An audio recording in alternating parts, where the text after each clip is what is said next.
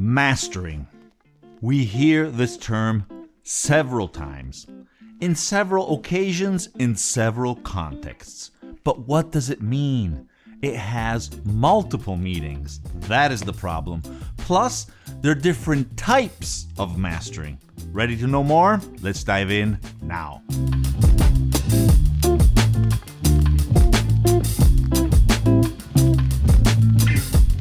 Okay guys, so as we said, there is a lot of confusion going around.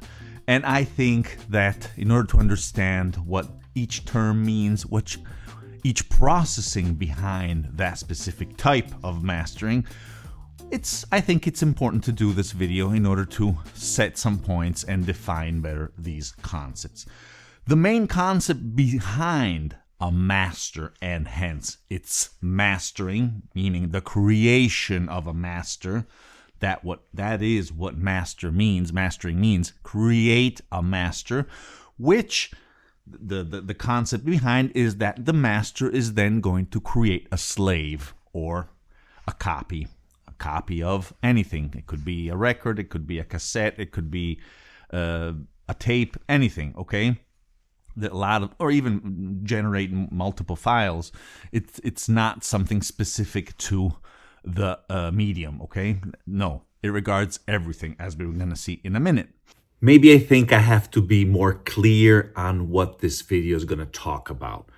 We're going to talk about the different types of mastering and the meanings in general terms, okay? Clearly, there are other technical aspects that somebody could search for if you're a producer, if you're a mastering engineer, but that's not part of this video.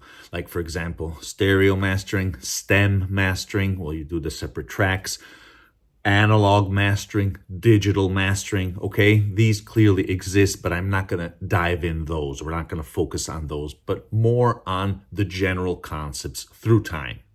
Okay, we have two main types of mastering, okay? And then we're going to break it up. So the two main types are where some confusion is generated: the lacquer cutting, okay? The lacquer cutting and the album mastering. The lacquer cutting, a lot of times it's called mastering. Like, for example, mastered by Kevin Gray.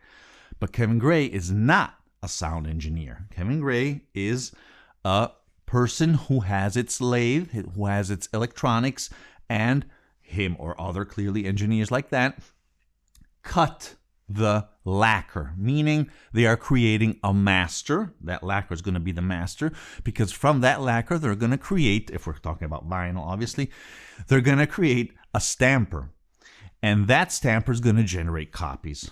Hence, again, the concept of mastering, creating a master. And a lot of times this is mixed up with the other one, I would say the main one where we hear it most, album mastering. That's how I call it. I mean, anything that is going in the production of a record, we could say. By record, I don't mean vinyl, I mean a CD, a cassette, a file, anything, okay? That's why I said album mastering. Okay, so album mastering, we could say, can be analyzed, can be structured in four main types. I have here my notes.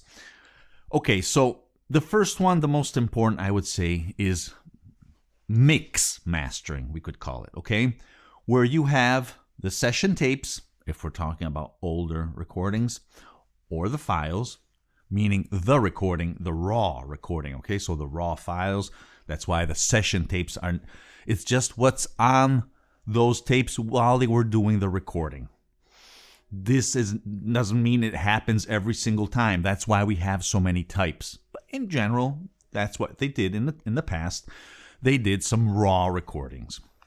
And also today, very simple, untouched almost practically, unless a little bit already on the gear, like the mic preamps, compressors, and things like that. But apart from that, let's just say that we start from our raw files or our session tapes.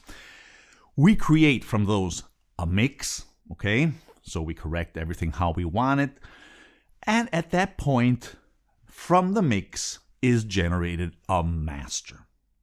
Now, From the mix or from the master, you can have further production masters, okay?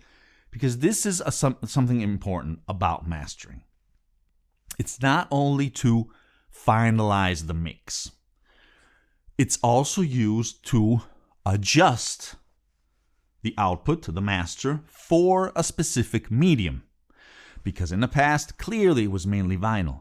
But there was also cassettes at a certain point. And cassettes, if things were done properly, had their own master, okay? It's not the same master tape of the vinyl. Now, clearly, every time things are going to change a lot because maybe there was only a master, and at that point they generated an extra master. That's why I call them production masters for specific needs, specific types of media, or simply other copies to ship in other places around the world, and things like that. But those are still, once again, production copies. So this is one of the most important types of album mastering. Why did I say from the mix? Because I want to make everything very clear, because sometimes you can generate a new master for a specific type of medium from the mix. That's actually how you're supposed to do it. But a lot of times you just create a master, a neutral master, and from that you create further masters, okay, which can fall in a category of production masters or, again, the final master. You have all these passages sometimes, or sometimes they're greatly reduced, as we're going to see. So once again, that's also why there's so much confusion around these terms. The second type I would call recording mastering, meaning that you are recording, creating your session tapes or your raw files, and this is something I would say typical of smaller studios. You mix on the fly, okay? Maybe it's something even very simple, just one or two instruments, for example, something like that. So you are doing just a few corrections on the mixer, which is fed from the session tapes or the files, whatever it is. You mix on the fly, and then you create the master, okay? So you're not going to have a physical mix because you're just doing it on the fly. Hence, you're even reducing the passages. So that is something good. Now, in digital, yes, things change a little bit when you start to manipulate, but this was more present if you did it with tape, clearly. So if you jump that passage and you do something on the fly, since perhaps you had an excellent recording already, at that point, you do directly the master. That is going to benefit the final sonic result. Absolutely. Let's proceed. A third type, we could call it live mastering.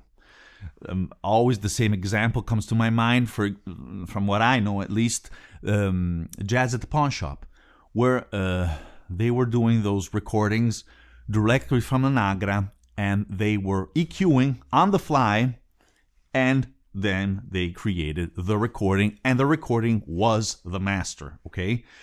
So this means that a live recording, not all live sessions are done like this, absolutely. Actually, it's the opposite. You record everything, and then you process it after. But sometimes you just do some adjustments, perhaps after a sound check or something. You do some adjustments, and you're immediately doing your final recording, okay? Hence, you're going to have a master. A lot of times you're going to EQ even further ahead that result, but you're not going to have a mix at that point because you did it in the beginning. So all the tracks are going to be merged, and you can't separate them unless you do something else, as we will see. Let's proceed. Our last point is something that we have to mention.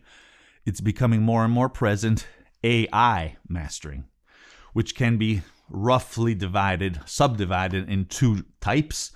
One is where you get what happened for the Beatles. You get these tapes that don't have the different tracks. They already have everything merged because there were missing tracks in the past. They only had these recorders with 4 tracks or something like that. Or sometimes you lost those and you have only the master.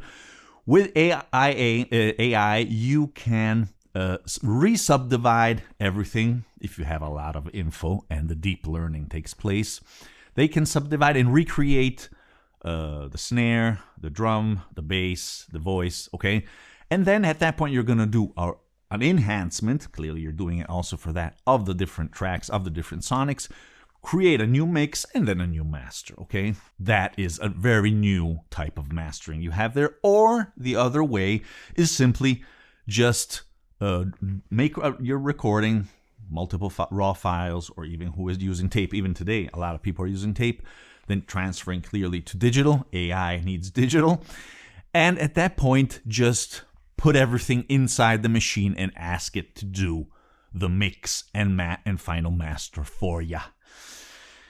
And clearly, the control on that and the results are going to be quite homogeneous and very dull, in my opinion. In any case, things I'm sure are going to get better and better through time. Okay, let's proceed now to another concept here. In fact, we can't forget of the remastering concept, which is strictly connected to the mastering, since it's something that it has been redone. You're going to redo the mastering process. And there are many reasons why you're going to do that. Actually, we could say there are three main reasons.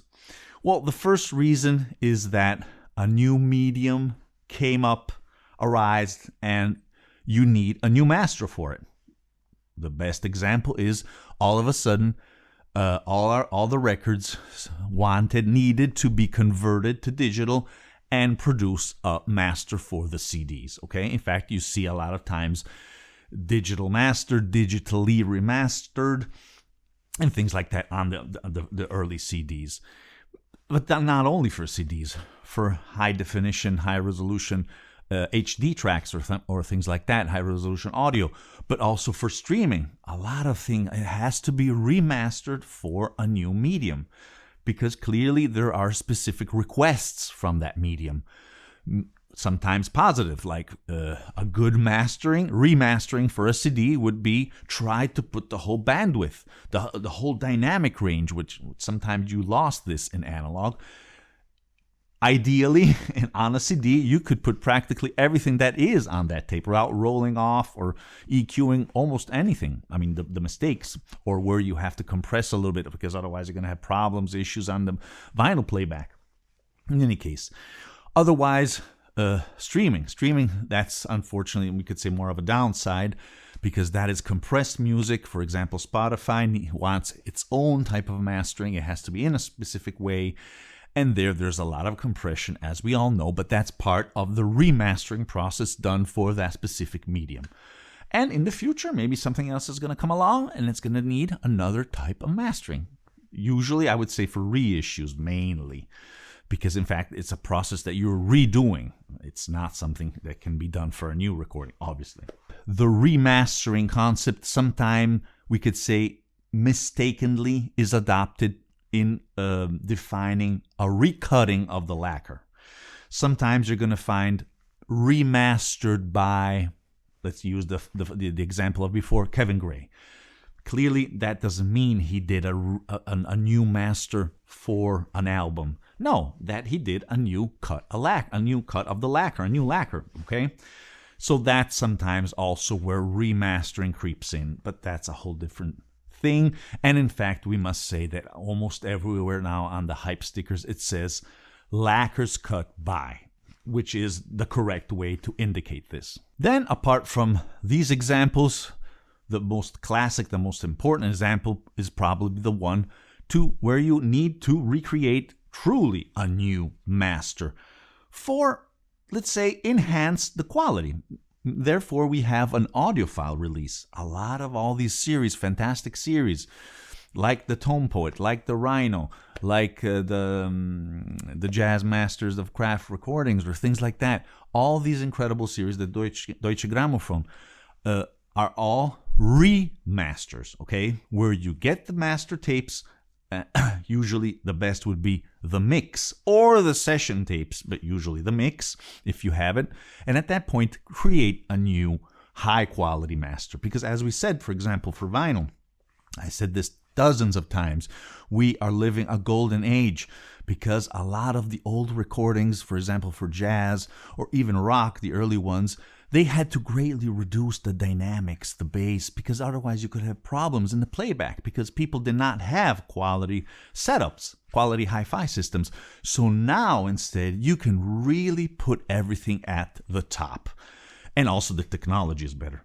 So at that point you're going to have excellent masters and excellent releases, okay? So that is when remastering is extremely positive, okay? I did a dedicated video on the negative parts of the remastering and on the positive parts of remastering. You're going to find the links both in the video description here below. One other dark side that I want to underline, that why you do a remastering process, a remaster, is because you want to escape, unfortunately, copyright. Because at a certain point, if you want to reissue an album after like 20 years, if you do a remaster, at that point, yes, you're going to have to pay clearly some licenses, but you're not going to pay the copyright of the original master because you created a new one. And more importantly, that new master, if somebody else uses it, is going to have to pay a fee to you who you made it. Which is also why and the artist clearly does not own its masters. That's also another controversy like Taylor Swift has brought to our attention. So unfortunately, there is all these aspects where I went more in detail in one of those videos in the negative parts of remastering. Clearly, if you want to explore and learn more about this, but I did want to mention this, let's say, dark side of the processing. Okay, guys. These more or less are the main types and meanings. If you want to add more that maybe I skipped, please do in the comments. It's useful for all of us. Thank you again for watching, and remember that music is born analog. Hey there, if you are enjoying my content, please consider to subscribe. It's free, and it will help the channel tremendously. Also, don't forget to explore my prior videos. There's something for everyone. Welcome to the audiophile community.